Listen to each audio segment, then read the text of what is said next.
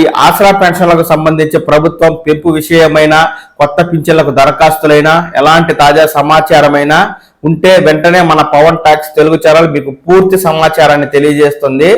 ఎప్పటికప్పుడు ఈ సమాచారాన్ని మీరు ఈ ఛానల్ ద్వారా తెలుసుకోవడం కోసం వెంటనే ఈ ఛానల్ని లైక్ చేసి సబ్స్క్రైబ్ చేసుకోండి. హాయ్ ఫ్రెండ్స్, ఆసరా పెన్షన్ లబ్ధిదారులకు గుడ్ న్యూస్ అండి. నవంబర్ నెల ఆసరా పెన్షన్ నిధులను తెలంగాణ ప్రభుత్వం విడుదల చేసింది. అయితే అందరూ ఆశిస్తున్నట్టు వృద్ధులకు 4,000, దివ్యాంగులకు 6,000 రూపాయల చొప్పున అయితే కేటాయించలేదండి.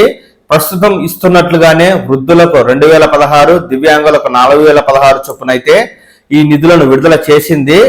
ఇందుకు గాను డిసెంబర్ 31వ తేదీ నుంచి ఆయా పోస్ట్ ఆఫీసుల నుంచి ఈ పింఛన్ని లబ్ధిదారులు తీసుకోవాలని ఈ మేరకు జిల్లా గ్రామీణాభివృద్ధి శాఖ అధికారులు అయితే ఈ లబ్ధిదారులకు తెలియజేస్తున్నారండి.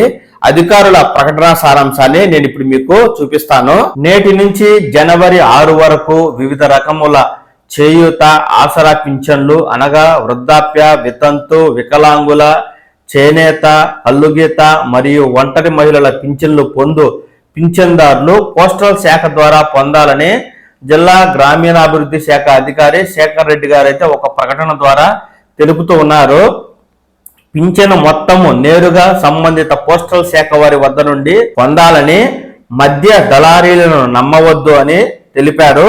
పింఛను పొందుటకు ఎటువంటి సొమ్ము చెల్లించాల్సిన అవసరం లేదని, పింఛను మొత్తం 15 రూపాయలతో సహా అడిగి తీసుకోవాలని పెన్షన్దారులకైతే ఇక్కడ అధికారులు తెలియజేస్తున్నారండి. అంటే మధ్యలో దళారులను నమ్మవద్దని, లేదా పింఛన్ ఇచ్చేటప్పుడు అధికారులు ఎవరైనా ఇక్కడ 2,016, 4,016 ఉంది కదా, 16 రూపాయల చిల్లరను కూడా అడిగి తీసుకోవాలని, చిల్లర ఇవ్వనట్లయితే ఆయా సంబంధిత DRDA కార్యాలయంలో ఆ అధికారులపై కంప్లైంట్ చేయాలంటూ కూడా మనకు సంబంధిత జిల్లా గ్రామీణాభివృద్ధి శాఖ అధికారులు చెప్తున్నారండి.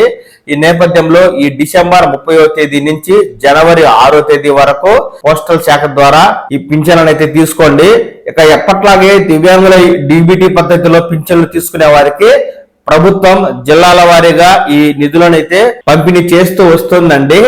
ముందుగా కొన్ని జిల్లాలకు, ఆ తర్వాత కొన్ని జిల్లాలకు ఆ విధంగా విడతల వారీగా వేస్తుంది. కాబట్టి ఈ ప్రక్రియ మొత్తం పూర్తి అవడానికి కనీసం జనవరి 10వ తేదీ అయినా పడుతుంది. కాబట్టి దివ్యాంగులైన వారు ఆందోళన అయితే చెందవద్దు. ఎప్పటికప్పుడు మీ పింఛన్ స్టేటస్ ని ఆన్లైన్ లో చెక్ చేసుకుంటూ ఉండండి.